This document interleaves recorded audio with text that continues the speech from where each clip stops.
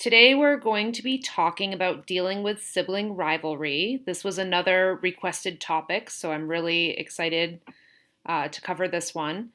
And let's jump in. My name is Tiffany Cochran. I'm a board certified behavior analyst. I'm director of autism advocacy and intervention here in Vermont. And we are able to do these trainings because of a partnership that we have with the Head Starts in the Northeast Kingdom. Also on this call is Sarah. She's a registered behavior technician who works for AAI. And Sarah is going to be jumping in a bunch today with examples from her own life and her own children. So that should be fun to hear about. I definitely want to encourage everybody to jump in and share strategies that you're using in your own homes, or if you have questions along the way, feel free to interrupt me. I cannot see you guys right now, so you'll have to just speak up and you can pop right in whenever you want to. And please remember that we are recording this training, so if you do want to share, some stories or experiences, you may want to keep your child's identity private.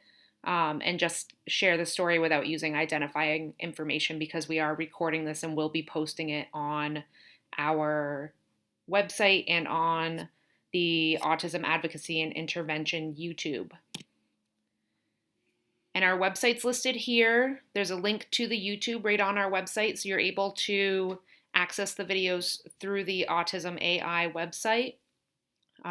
So that's a really good way to go back and, maybe if you are chatting with some parent friends later on, and they're struggling with some of these things, you can share this with them as well. Okay, so we're going to jump right in. You guys all know what sibling rivalry is, so I'm kind of skipping that part where we talk about what is it. We're talking about bickering, fighting, this kid gets more, that kid gets less, the typical sort of back and forth that you see with siblings.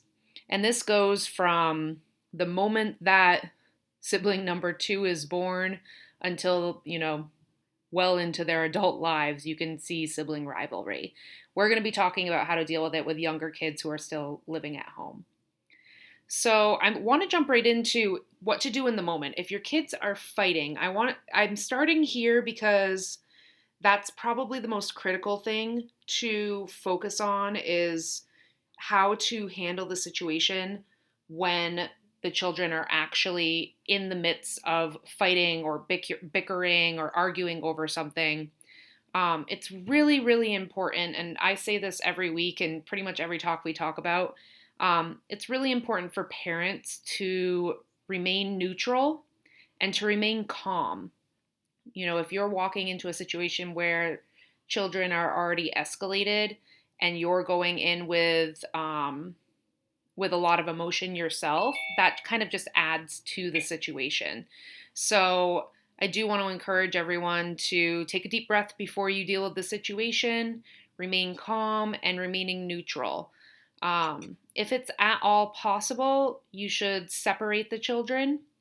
If possible, to separate rooms. And before you do anything else, you're waiting for the children to be calm.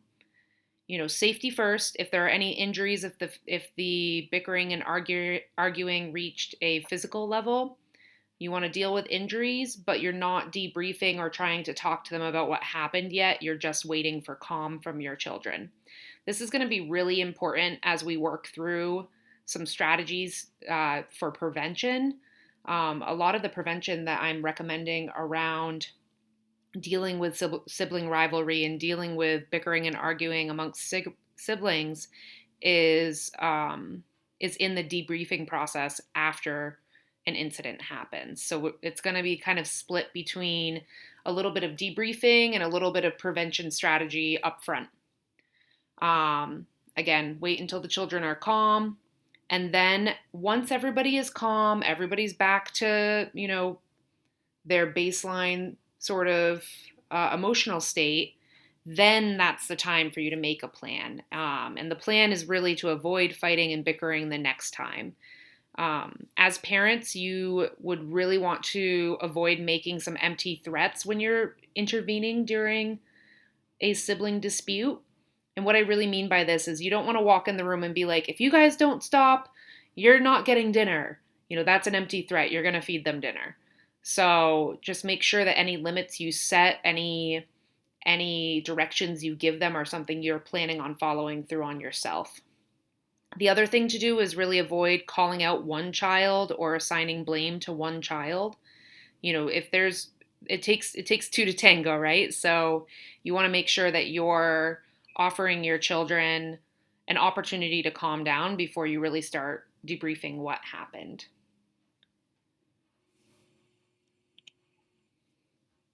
Okay, so now what we really want to figure out is, why is the fighting happening? So this is after the incident. This is kind of part of the debriefing process.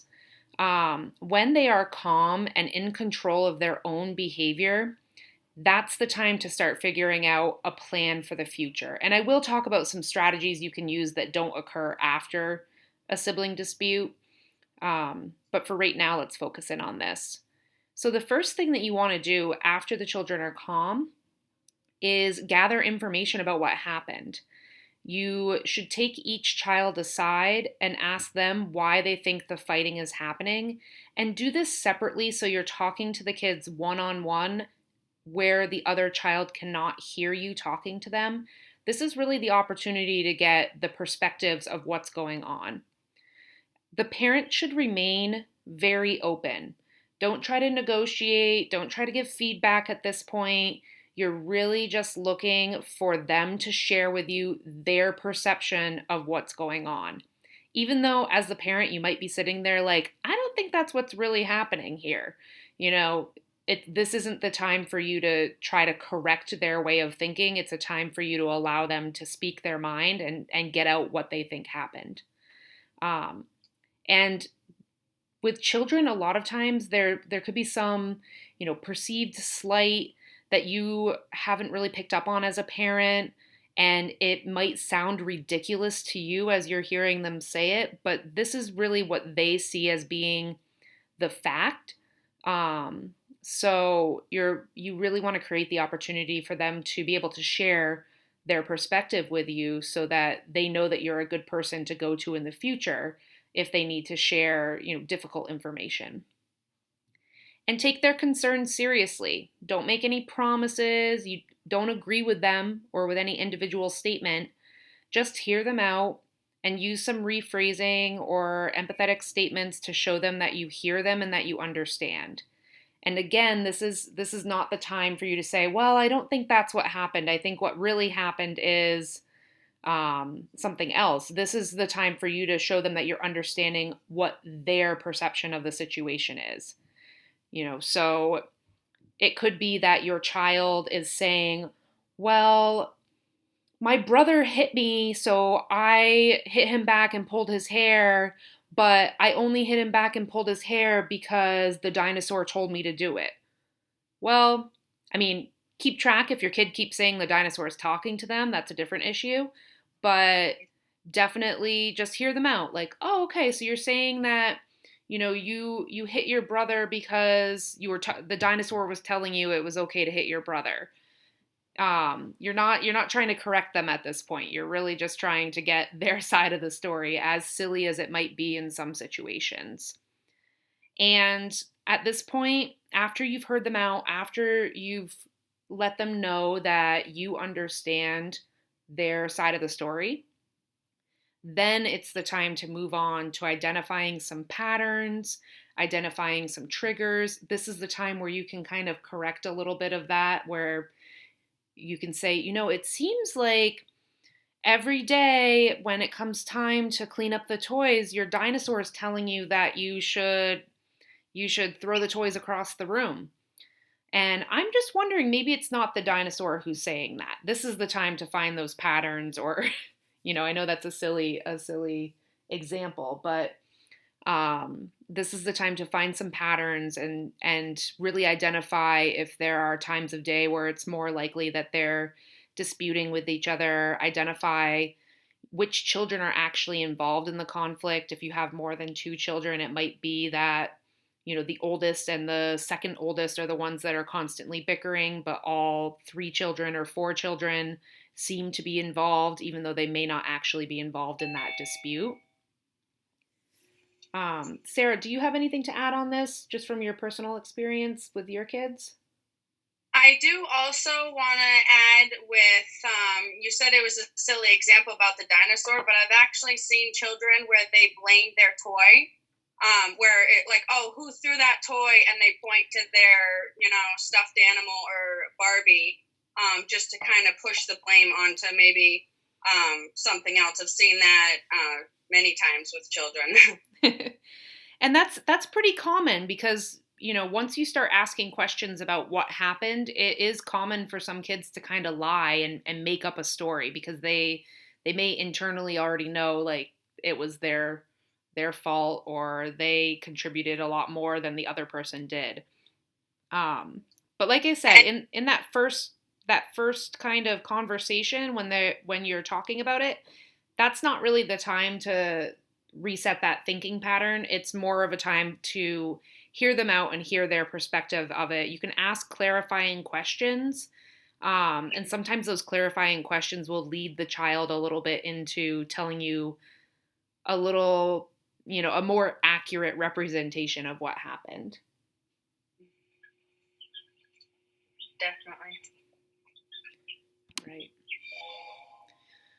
So the next step in prevention, after you've heard them out, after you've identified, some patterns and maybe times of day that it happens, or which kids are involved, the next step is to make a plan so that, and really the idea behind making a plan is, what are we going to do next time you get frustrated like this?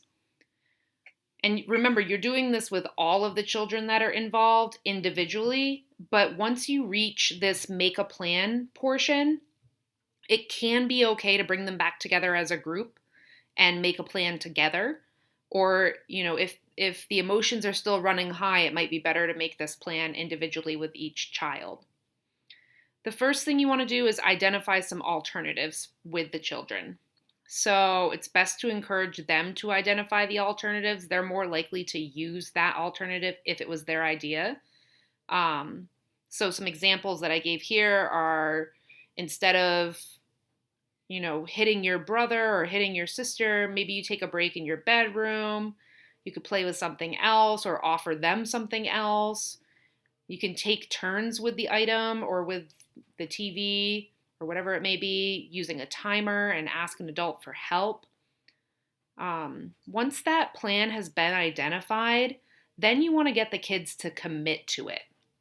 And this is the hardest part because they have to remember it in the future, right?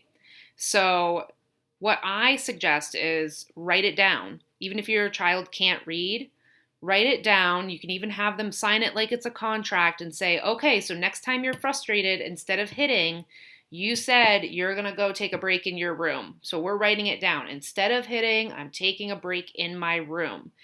Okay, I'm signing right here. Now it's your turn to sign, and, let them scribble on the paper like they signed it, or if they can write their name, have them write their name, and then maybe stick it up on the fridge or somewhere where they can see it, that you're remembering that they made a plan and that they're supposed to follow through with it.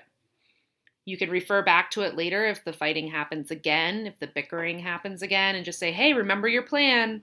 I remember that you said you were going to go to your room if you were getting frustrated. Can you try that?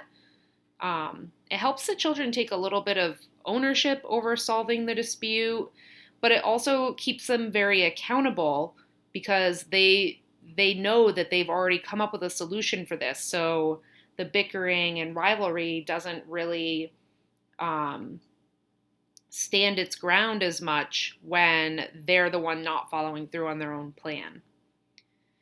And then you want to move on, give them back control of their own lives and say, okay, we have a plan, we've signed it, it's up on the fridge. Now go on and you can play with your toys and use the TV or whatever it might be.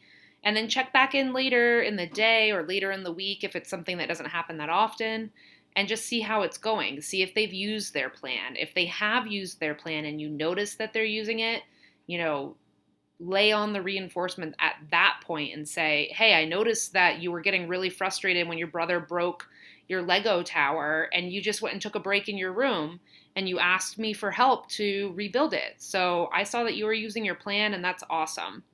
Um, just acknowledging those things with kids can really help them build some of that resilience and build the skills they need to deal with that kind of situation again in the future. And then if the plan's not working, you can make some adjustments and make a new contract and come up with a different way to deal with that situation. Yeah, another thing I would like to add is taking a break in the bedroom if the children that are fighting share a bedroom, letting them know way advance, even writing it down in the plan that when the child goes to take the break, even though the other child, it's his bedroom or her bedrooms too, to give them that space. So that way they're like, oh, this is my bedroom too. I need to go grab something, and to know when that child goes and says, I need my space, even though they might share a room, that they need to respect that. I think that's a really good thing to add. And if the children do share bedrooms, it might be good to identify alternate spaces. You know, if one child's taking a break in the bedroom, then the other child could take a break in the kitchen or in the living room. Or if you have, separate play spaces, I know some homes are have more than one family sort of space, then they could take breaks in separate areas. I think that's a great addition. Thank you. Yeah, and one other thing is letting the child choose where the break is, because some families, they say go to your room if they're in trouble, so the room might not be a relaxing thing if they're already upset. So maybe asking the child, where do you feel comfortable? It might even have to be outside or somewhere where it's not usually their bedroom. Yeah. And I know some families I've worked with in the past have set up sort of like quiet zones in their home, maybe a beanbag chair in a corner or in, an unused dining room, just a calm space where the child can go and decompress if they're feeling frustrated with their sibling. And it's really important at this time to reinforce that with your child and let them know that you recognize that they're taking a break and then support them by directing the other child to a different space. I could see a problem arising of, no, I want to take a break on the beanbag chair. I want to take a break in my bedroom if they share rooms. And really it's kind of a first come, first serve. So first person who calls out that space as they're taking a break in there, that person should be able to use it. And in some situations, especially if it's a shared bedroom, you may want to kind of put a little time limit on that and say, hey, I know you're taking a break, but you've been in here for 15 minutes, so your brother's going to come back in the room now. And if you need a break somewhere else, you can move to a different space. And be reasonable about the fact that they share that mutual space too. And maybe one other thing is having a few activities like coloring or a piece of paper near that quiet spot, where if instead of just sitting there, they might want to color or draw or kind of disconnect or relax their mind on something else. Yeah, that's a great idea. Like having some alternate activities planned. That kind of ties back into the training that we did on general behavior management strategies. A lot of what you're doing in this situation is suggesting alternatives and reinforcing children for using alternatives. Okay, so here are some all of the time strategies. When we're trying to prevent bickering and general sibling rivalry, even if it's rivalry for attention, for toys, anything like that, you really want to start with your base level of providing reinforcement to the children for their good behavior. So, reinforcement for asking permission to use the other person's toys. And Sarah actually brought this up to me. I thought it was really insightful and not something that I had thought of. Allow the children to say no to some specific toys. If it's one thing if the child wants to share the Legos, it's quite another if one child is trying to play with another child's favorite teddy bear that is just their teddy bear. So it's okay for them to say, no, I don't want you to play with my teddy bear. Um, and with those kinds of things, you can also set some rules. If there are toys that a child doesn't want to share, maybe they have to leave that teddy bear on their bed when they're not playing with it. Or, if the toys are in your bedroom, your sibling needs to ask first. But if they're out in a common area, you need to share those toys. I think those are some good strategies to use when we're talking about fighting over items. Um, and Sarah, did you have anything you wanted to add on that? I know you and I talked about that for a little while. Yeah, definitely. With almost all kids that I talk to, their biggest complaint is they touch my things or they don't ask, and kind of giving that respect, but also children in one house they have toys, and I understand that there are some toys that they wouldn't want broken for even like a sentimental value where it couldn't be replaced, and to kind of talk to them in the aspect of if this gets broken, what would happen? Like, is it unreplaceable, or would we be able to work it out? Because I think the biggest thing for children is, for my children mostly, is if it gets broken, what's going to happen? So kind of reassuring their fears and asking them, why don't you want them to play with it? To kind of get them to understand that if it gets broken, or if it gets ruined, or how to respect the toys, just to kind of really talk about it with all the kids on respecting the toys and understanding that if it does get broken, it could get replaced or it cannot. So having that line. Exactly. And I think that it's really easy. I think, one of the things that I've noticed working with a lot of families in the past is sometimes we really expect the older children to be more understanding and that they always have to share. But I think that it's really good to kind of have some of those limits that just go across all of the kids. Like, the older child is not allowed to take the younger child's blanket away from them, for example. Or, if somebody says no, then that could be a good time for a parent to step in and say, well, how about no right now, but you can play with it next, if that's an option, and really set up those opportunities for them to see you offering some skills for them to use, and hopefully they can follow through on that.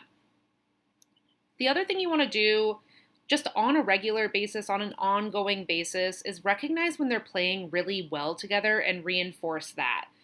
And what I mean by reinforce that isn't necessarily like, hey, you guys are doing a good job playing together, but instead reinforce it by saying, you know what, you guys are playing so well together.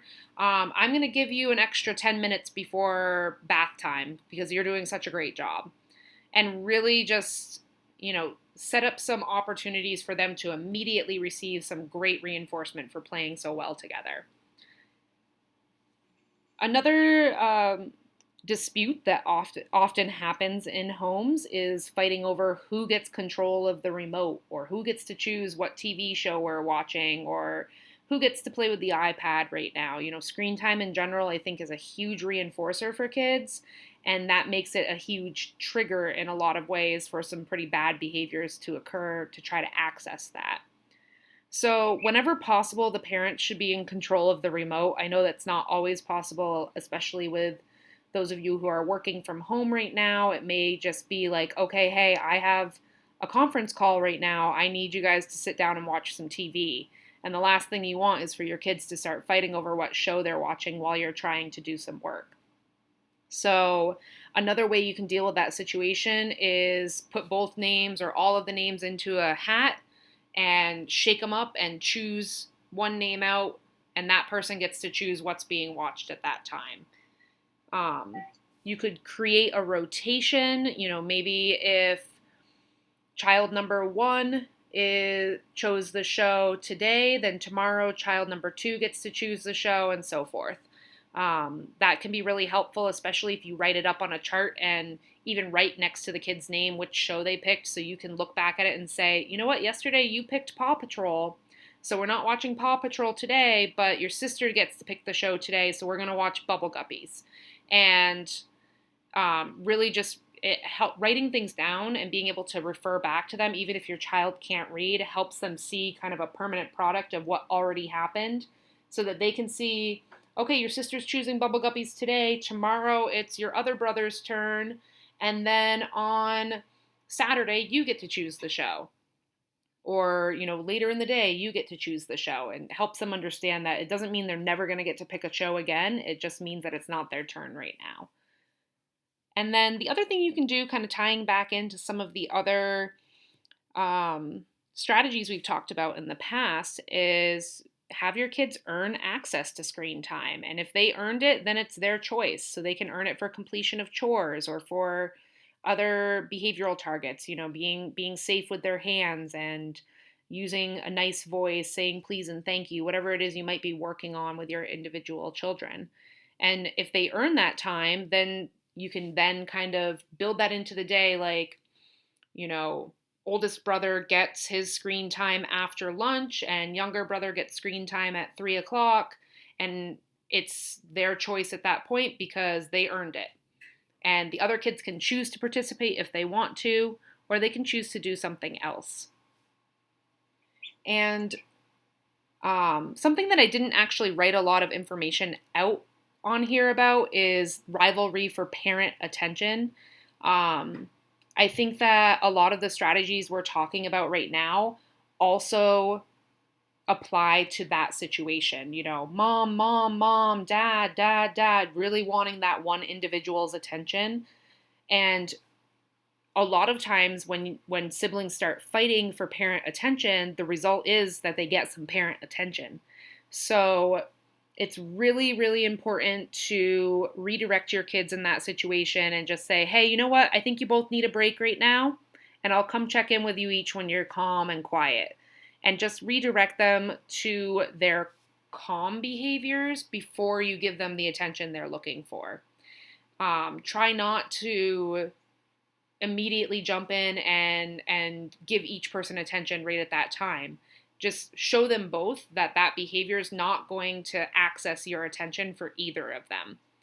And try to give that as sort of a blanket statement to both kids. Sarah, do you have any? Oh, sorry, go ahead. Would like to add with some of the different things where screen time or different choices. Some need a visual. Others may not remember whose turn it was last. Having a picture of all the children and then having maybe a colored block in front of the picture. So every time they have a choice or it's their turn, the color block is in front of their face. And then you slide it down and kind of counterclockwise keep rotating it. You can do that with chores as well. So that way they can visually see whose turn it is next for the remote, or whose, you could write on certain blocks what the chore is, just so they can visually see and remember. And if there's, a question, oh, he did it last, then you can go and point, oh, nope, sorry, the red block is in front of your sister's name. She did it. So it's just a reinforcement to remind them. Yeah, and I strongly recommend visuals as much as you can possibly use them for younger children, especially. It really takes a lot of the parent having to provide the prompt back to them. You're directing them back to the chart or directing them back to the visual. So it ends up making it so it's a lot less pressure on parents to have to keep on explaining the rules or explaining, the contingency. Basically, it allows you to just say, hey, you know what? I don't remember who got the remote yesterday, but let's check and see whose turn it is today. And you can just walk over to the chart, and it's less pressure on the parents to have to be the one to continuously manage those disputes. It's the chore chart's fault that it's not your turn, or it's the TV rotation chart's fault that it's not your turn, not my fault, or not your brother's fault or your sister's fault.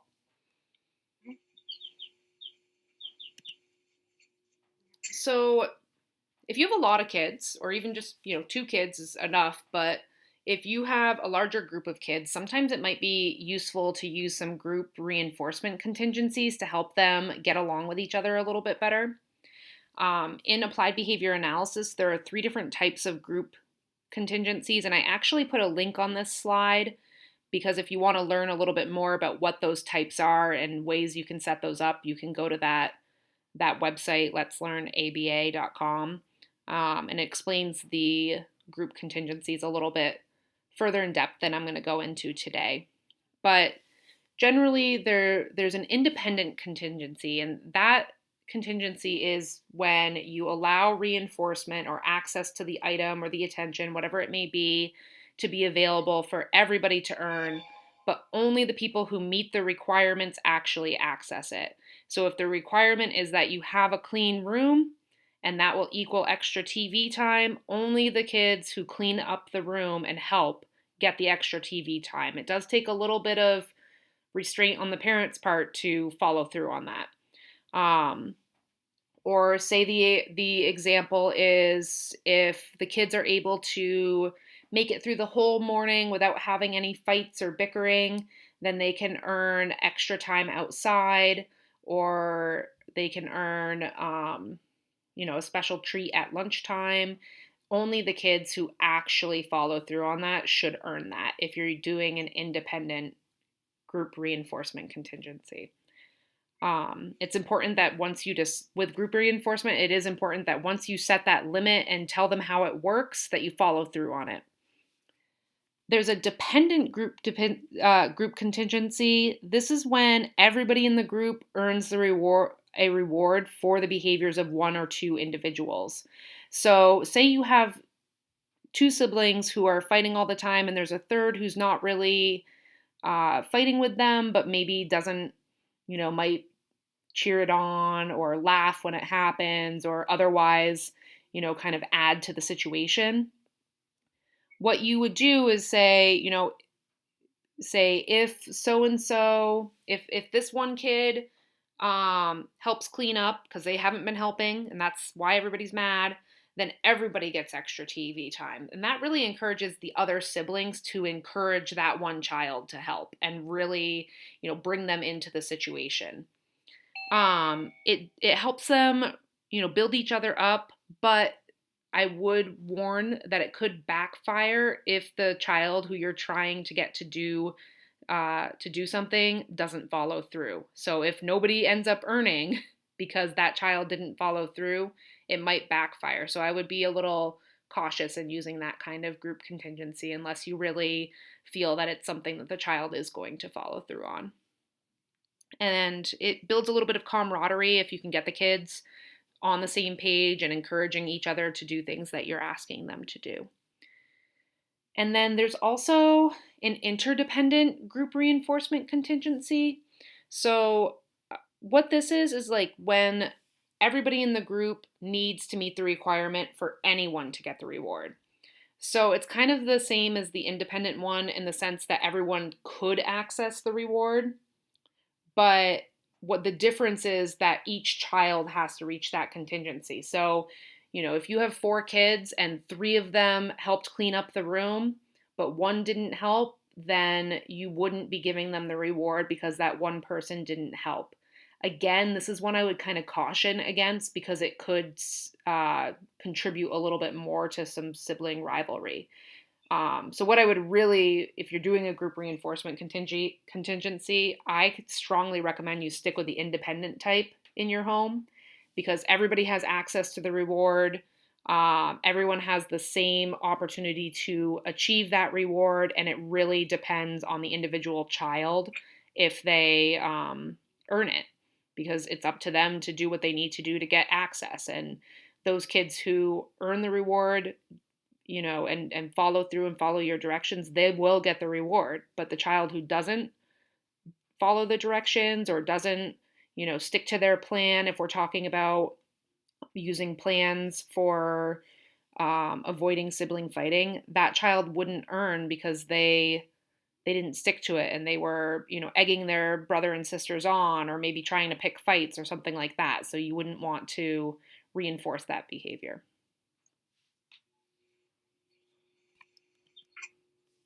Tiffany, I had one comment on that.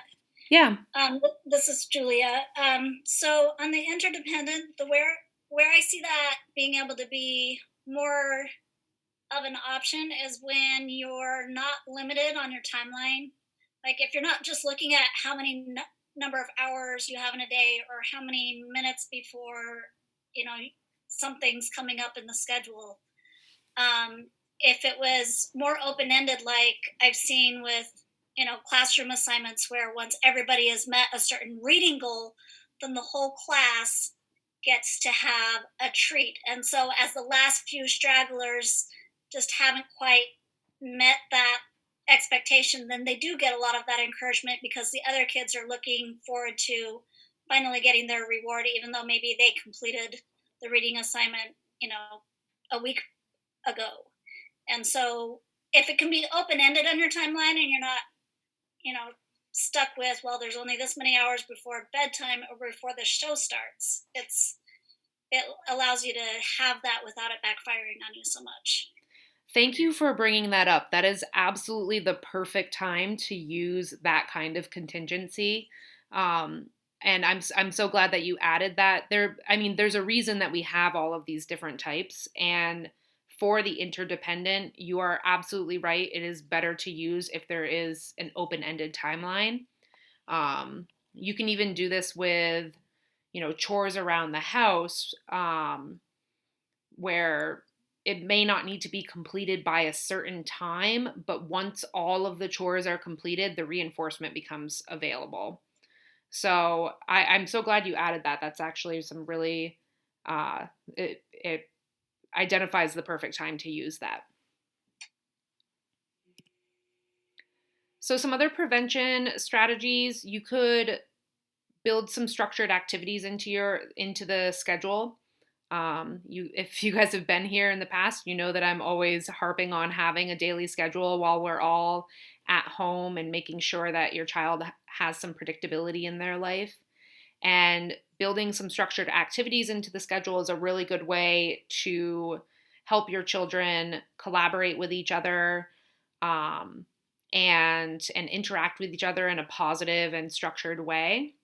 If you're doing games, and the children are, maybe they've been having a bad week, or they're not really, they're kind of bickering with each other a little bit more than usual, then you may want to choose games that require collaboration instead of competition.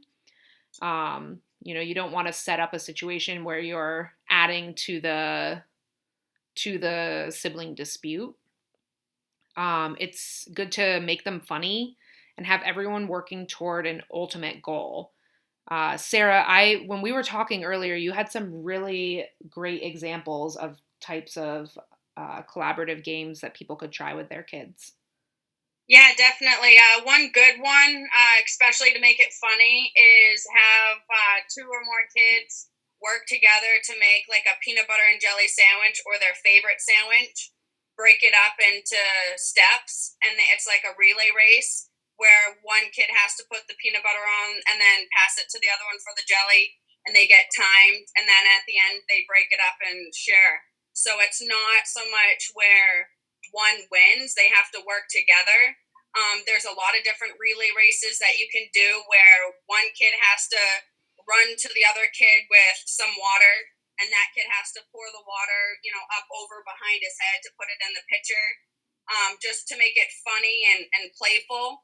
They work together, but it's not one wins and one loses. Yeah, and I think anytime you can find a way for them to work towards an ultimate goal, even if you're talking about, you know, it could be something like doing laundry, something you have to do.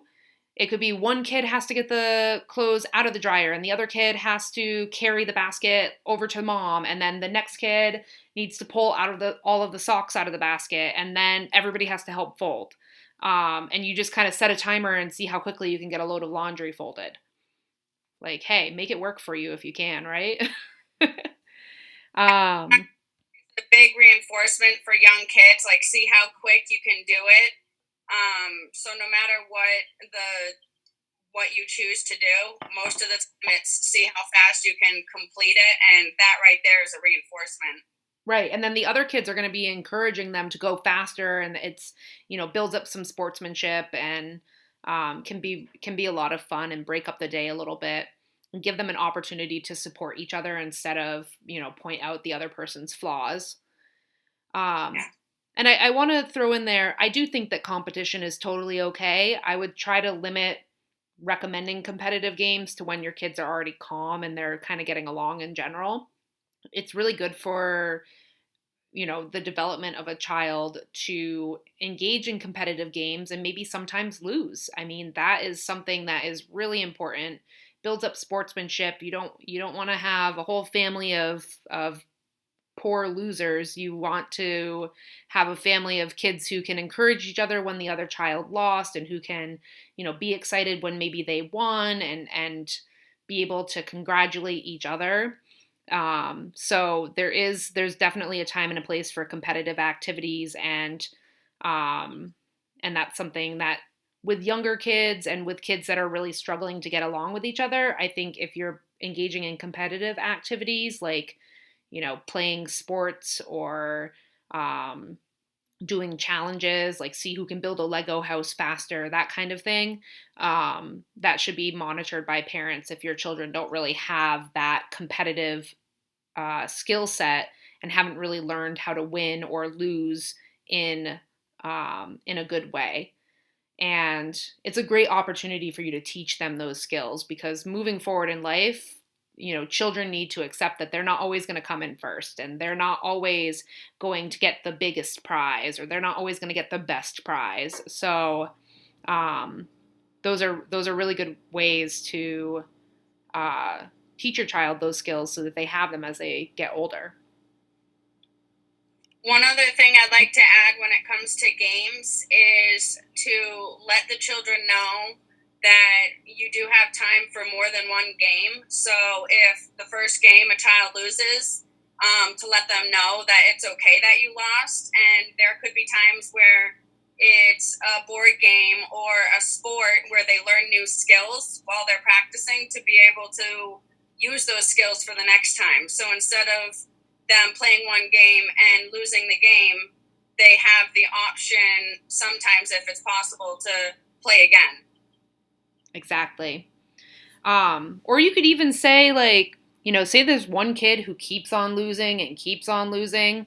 If you start to notice they're getting discouraged, you could take them aside and say, "Hey, let's come up with a plan. Maybe I can be on your team this time, and we can try to see, I can try to teach you how to play this game a little bit better." If one child really needs a little bit of encouragement to be able to win ever, then take it as an opportunity to teach them some skills and how to play that game. Okay. I think sometimes that's where it helps when you can set up teams in case there's like, a developmental age difference, anything else where, you know, you can kind of balance out those skill levels and have somebody who is more advanced working with somebody that, could use a little more support, and vice versa. But you got to have the numbers to be able to do that, I guess. Yeah. I mean, it depends on how many kids you have. If it's just two kids, then you definitely can use different strategies than you would if you had 4 or 5 kids in the home. Yeah, I do love that even the board game industry has really gotten into this concept of cooperative games instead of, your basic classic games where everybody's trying to dominate each other and take out the other players. It really is where they've got a lot of games out there where you're kind of all on one team working towards a rescue situation, or, acquiring certain objects, whatever the goal is. And on a preschool level, we have a great game that's got like Play-Doh, and you set it up where you're building these little monster things out of the Play-Doh. And then as you're moving around the board game, your goal is to have like your game piece, which is like a shoe, smash each of the monsters before they get into your fridge and eat all your food. Oh, I like that. That sounds cool. The whole family and all the kids are working on making sure they are eliminating as many of these monsters as possible before they get far enough ahead of them and reach the fridge, and get to the food in the household. And so, I mean, just there's tons of games out there now from preschool on up that are definitely gearing more towards these cooperative games instead of competitive. Yeah. And I do think I love cooperative games. I think it adds so much opportunity for social skills and for kids to encourage each other. But I do definitely think, competitive games, there's definitely a place for those. It teaches a lot of skills that kids need to be resilient as they grow older. As adults, you come into competitive situations, and it's good to teach the skills they need to win in a graceful way and to lose in a graceful way. But starting out with cooperative games is a really good place to start if your children are struggling with winning or losing in a game. All right, so let's talk about some things to avoid. So, one of the things that you really want to avoid as a parent is creating a situation that leads to one child being ganged up on. So, be really conscious of not assigning blame to any one child or taking sides when your children are in conflict. You don't want to kind of create a worse situation for the future, where that same child continues to be pointed out or continues to be blamed. Also, try not to talk about one child's behavior to the other children. So if one is asking, "Hey, what did they do?" you might want to redirect that child and say, "Well, right now let's focus on your own behavior." You don't want to then debrief it too much with the other child and really point out a lot of what the sibling has done, because it could, again, add to future issues. Another thing, on a little bit of a different note, life isn't always fair. I know I've worked with so many families in the past who really struggle with this idea of every child gets the same amount of something. They get the same amount of pasta, they get the same number of goldfish, and it's really something that parents kind of back themselves into a corner by following that kind of mantra. So life isn't always fair. Sometimes somebody gets a little bit more, and sometimes some people get a little bit less. And I think, as long as you're not consciously leaving somebody out on a regular basis, it's okay for you to say, "Yeah, it does look like he has more goldfish. He'll be fine. You can ask for more if you want more." And really just make it more of a casual thing. And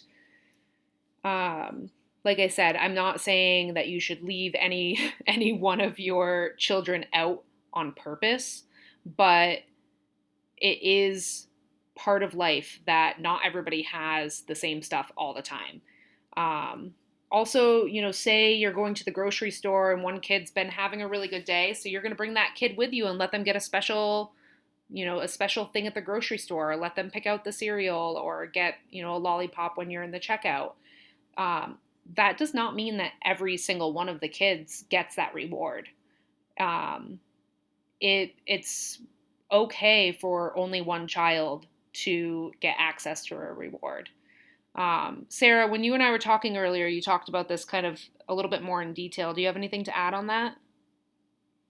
Yeah, so for the special time when you go out with the child and you give them a lollipop, you also discuss with them that you're not going to run home and start saying, "I got a lollipop and you did," and it also reinforce to them that, hey, I am going to be taking your sister out and they are going to be able to come here and pick out something and you won't be getting it. So to really let them know that it's not like, "Hey, you're my favorite, that's why I'm doing this," to let them know there will be times where your brother and sister will be will be coming with me and you don't bring home. My children personally, they kind of feel bad. They're like, "Oh, well, I need to grab one for brother and sister when we get home." And it's kind of good to say, "No, this is your time. You deserve this time." And to not have them, I mean, one of my children, they have a lot of empathy and always wants it to be fair. Where, "Oh, but what about my brother?" Because they're so close in age. Where I'm like, it's good to have that separation and to know this is your special time, and that your brother or sister will get that special time, but now is your time and your time only. Right. And kind of adding on this too, the reason I really bring up this life isn't always fair sort of idea is if parents are constantly trying to make everything even, then kids will pick up on that. And the moment that it's not even, you have set yourself up for a fight, whether it's a power struggle with one child and a parent or siblings bickering over having everything equal. An example of this is parents who, on one child's birthday, buy all of their children a present just to, make sure everybody gets something. No, you don't need to do that. It's not their birthday. You can say, well, your birthday is on this date, and you'll get some presents on that day. But today is your sister's birthday, so she's the one who gets the presents, and you can ask her if she wants to share. Um, don't go out of your way to try to make everything even for your kids because it's not realistic and it's not really how life really works. Sometimes somebody gets more than somebody else, and you kind of just have to deal with that to some extent. And I did want to touch a little bit on apologies. I know that when kids fight with each other, especially if it gets physical, one of the things that parents often do is prompt the child to apologize to the other child. And yes, I do think that apologies do have a time and place, but it really does depend on the situation. There's some really good information on the internet about using restorative practices, and I think that's generally a little bit better than just kind of a blanket apology. And an apology should never be a get out of jail free card. It's not like say sorry to your sister and then you can go watch TV.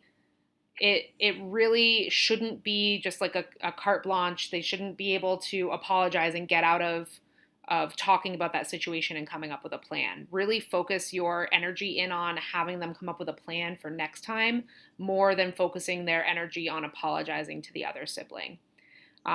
Especially because if it's not sincere, the other child knows that. Those apologies don't really mean anything. It's just words that you want them to say. And I'm not saying, kids shouldn't apologize for their behaviors. I think that you should reinforce a sincere apology. But requiring an apology to move on often is just something that the children are doing for the parents and not really doing for each other. One thing I would like to add about the birthdays is I've seen a lot of even cousins that I've dealt with my siblings. With birthdays is a big one, especially where there's a lot of kids. Siblings, they definitely have a jealousy with birthdays, and one strategy I've seen be really effective is having the younger children or the siblings be a part of decorating or packaging, ordering anything that they can be a part of to feel like they are show pride when they open up the present that they wrapped or they eat the cupcakes that they made. So it kind of gives them that connection, but in a different way. That's a really great idea. I love that idea. It allows the child to feel really excited for their sibling without having to also get a present. That's really good. And then, I mean, that's actually everything we have today. I know it kind of ends a little bit abruptly, but really, takeaways from this training are really focusing on having a plan after you've identified what the problem is, and help the kids take accountability for their behaviors by having them be accountable to their future behaviors instead of assigning blame for the past behaviors. If there were two takeaways I'd give you from today's training, those would be the two of, it really, it's not always as important to figure out who did it as it is to figure out what are we going to do next time instead.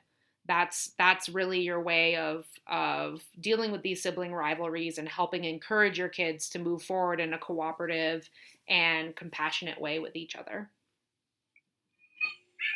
One thing, apology is with my children and with children I've dealt with in the past, and I kind of don't let them really, I mean, saying sorry is one thing, and that's good, even if they accept it and say it.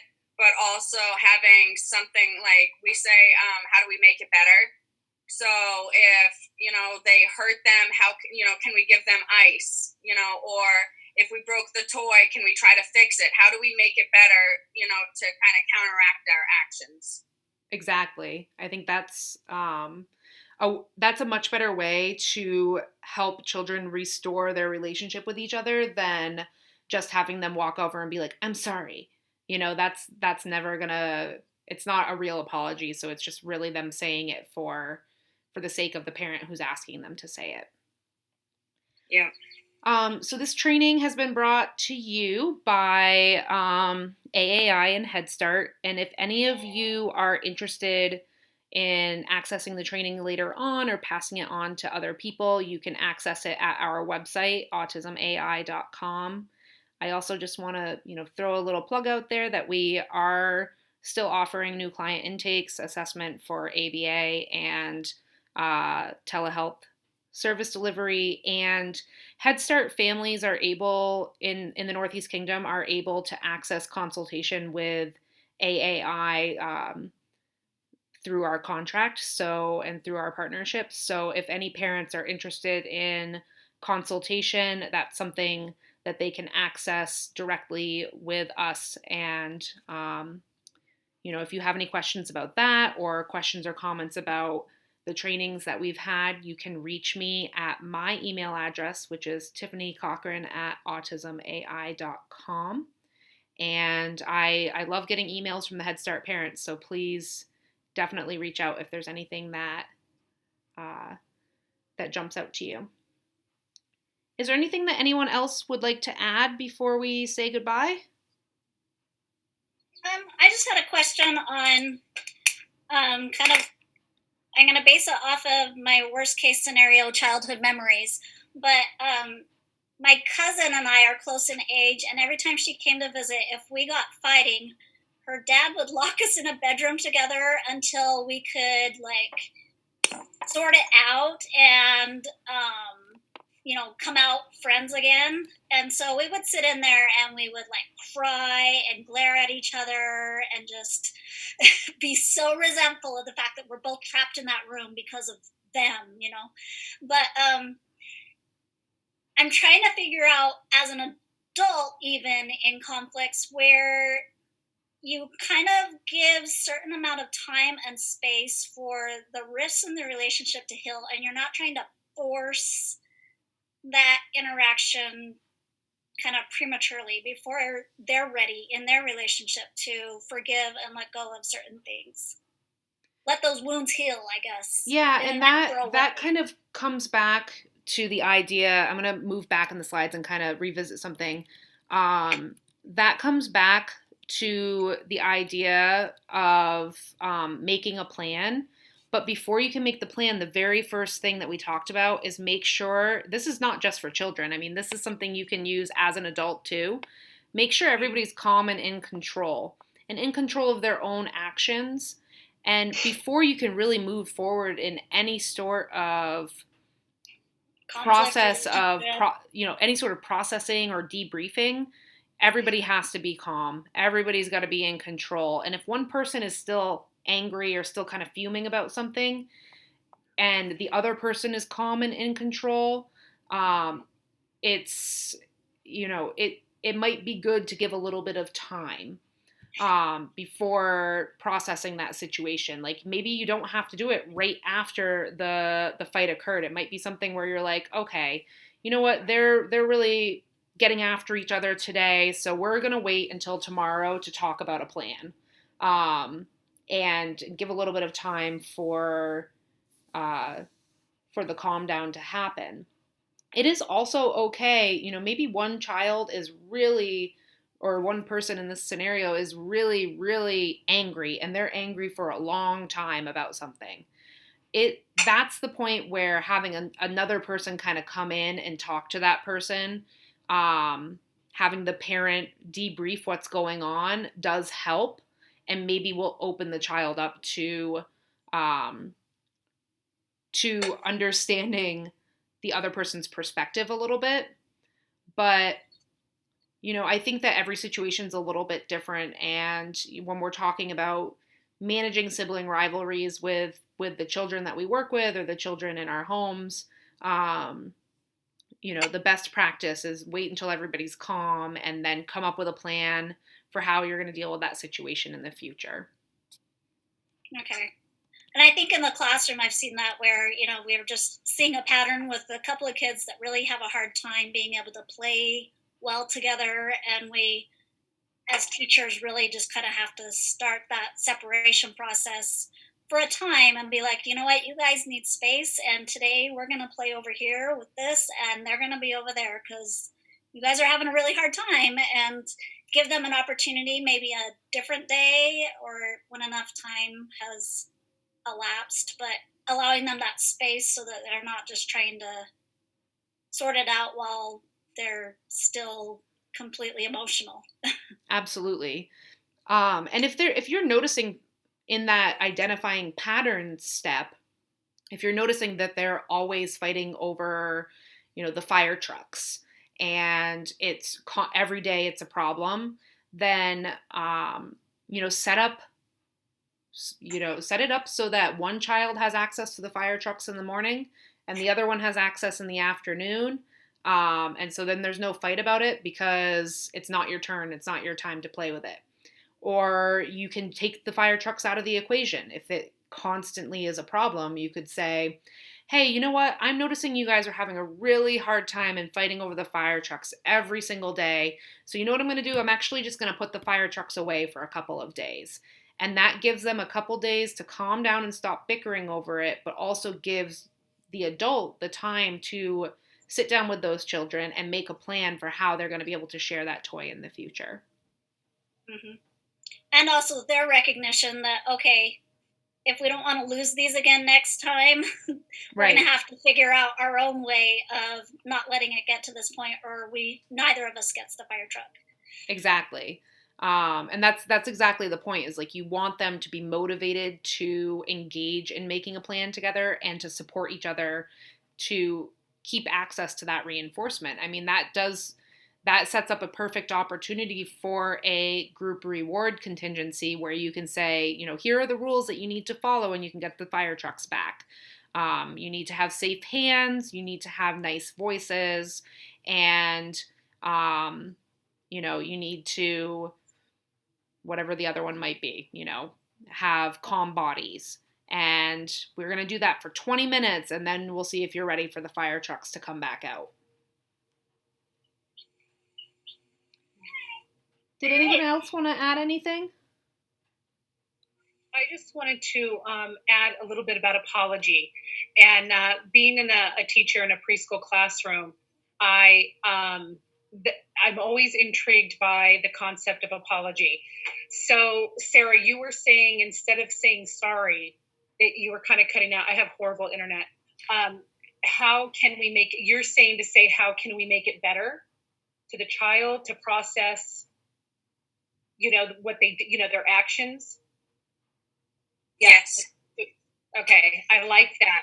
Because I never make them say it, but I talk to them about the importance of kind of being held in preschool lingo, like the importance of being held accountable and for their actions and what they're doing. And sometimes even when it's an accident, getting kiddos to understand that you still have to check on your friend, making sure they're okay.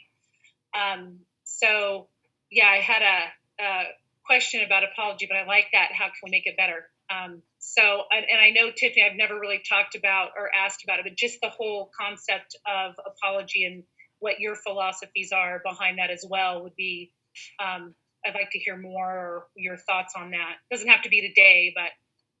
Yeah, I definitely think that that's a topic I could probably harp on about for a little bit of time.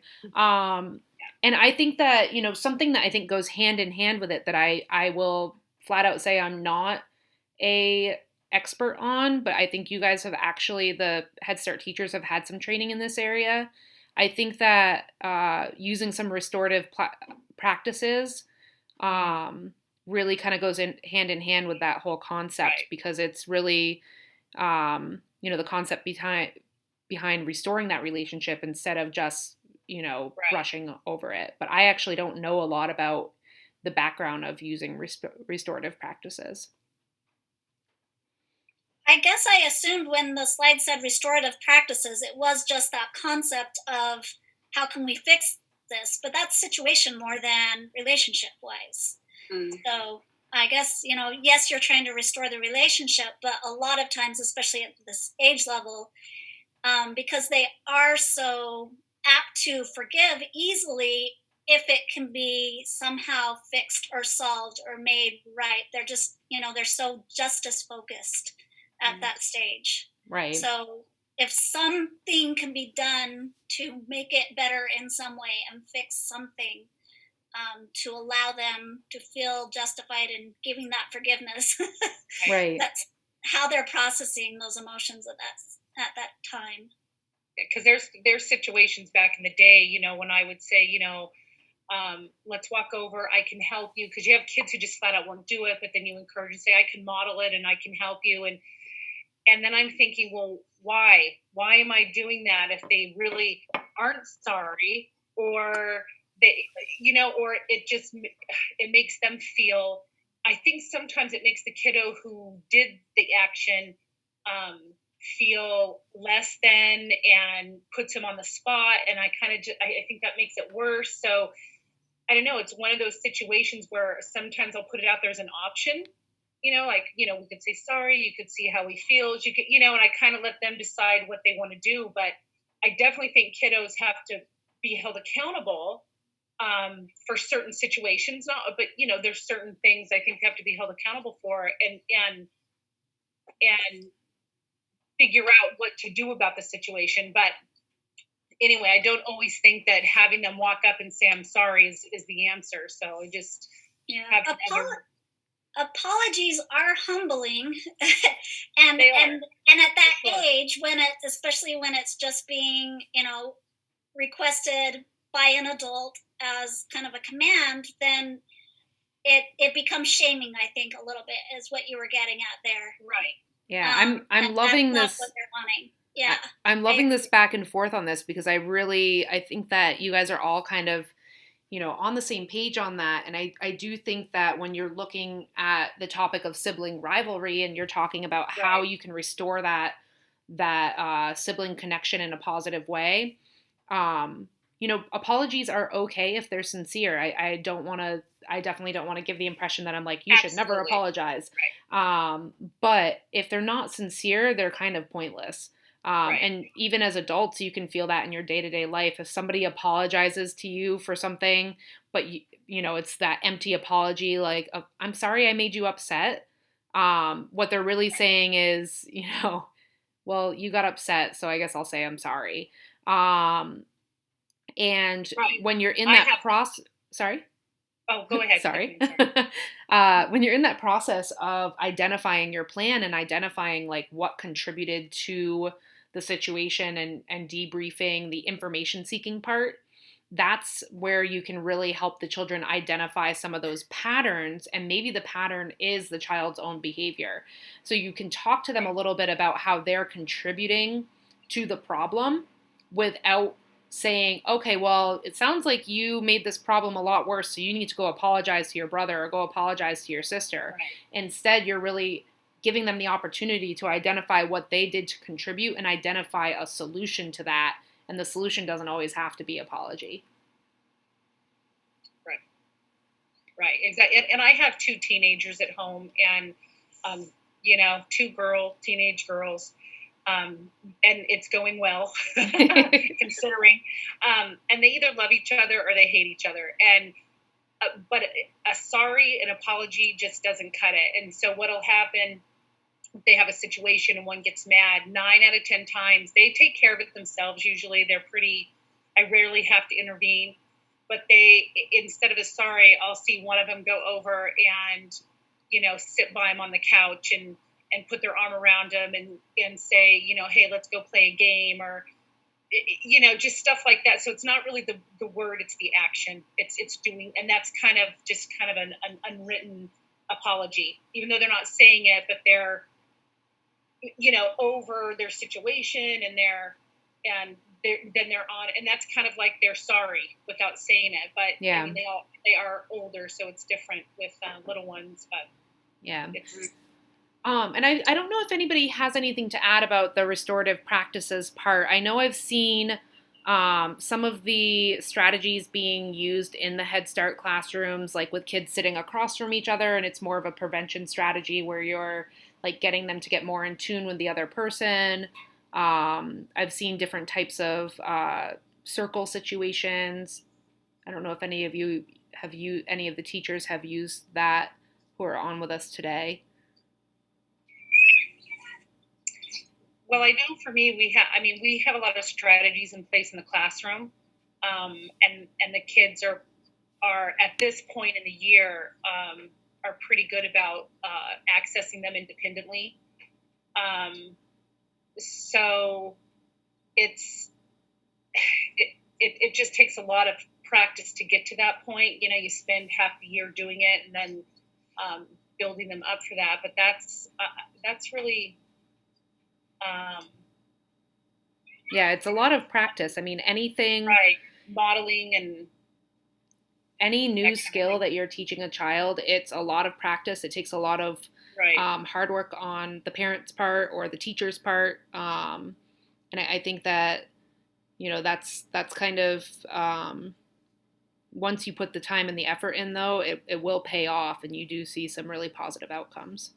We've been using starting to use a lot of the conscious discipline, and yes, talking a lot about feelings, in which we always do a unit on feelings, but we've just it's just an everyday thing now that we talk about. And really, before all this happened, we were really having kids look at each other when they're talking and really trying to understand expressions, and getting them to read more of their body and their facial expressions.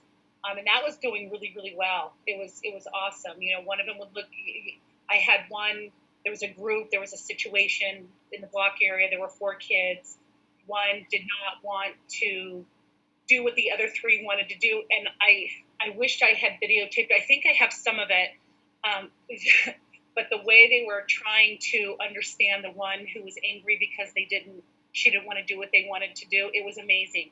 They were talking about her to each other. They're talking about how her face looks mad, and then they were trying to come up with solutions and talk to her, and she didn't want anything to do with the solutions. It was great. It was great stuff. So I think not just talking about how you feel, but really talking about how your body feels and what your face looks like, and we just kind of really digging into that a little more, and it was great, and we were seeing it in the classroom. Yeah, and that's a lot of the stuff that I was kind of talking about, that I've seen in the Head Start classrooms that are already really great strategies that are in place in a lot of the different Head Start settings. And you know, ideally, when you're dealing with 2 or more kids who are having a dispute, you as the adult want to be able to fade back from that situation and have them take a little bit of ownership about solving the problem themselves.